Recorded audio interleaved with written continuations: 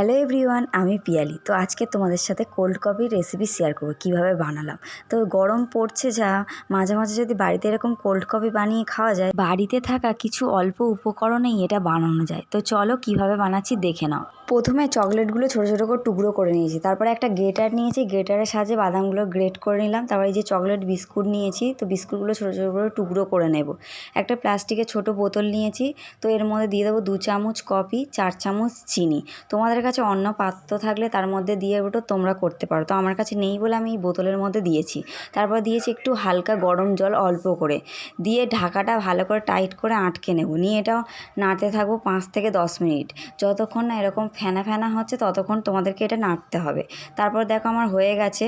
তারপর 2টো coffee mug নিয়ে নিয়েছি, ওর মধ্যে দিয়ে দিলাম 2টোতে বরফের টুকরো, তারপরে দিয়ে দিলাম কফিটা।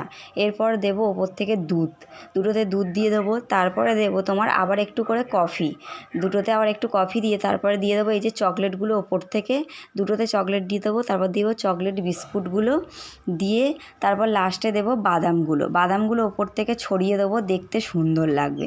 তারপরে দিয়ে দেবো এই যে চকলেট বিস্কুট 2টোতে দিয়ে দিলাম। তো দেখো আমার রেডি হয়ে গেছে কোল্ড কফি। তো দেখতে কত সুন্দর হয়েছে, তো খেতেও নিশ্চয়ই দারুণ হবে। আর আমি ফার্স্ট টাইম খাচ্ছি, তাও নিজে বানিয়ে, খেতেও দারুণ হয়েছে। তোমরাও বানিয়ে খেও।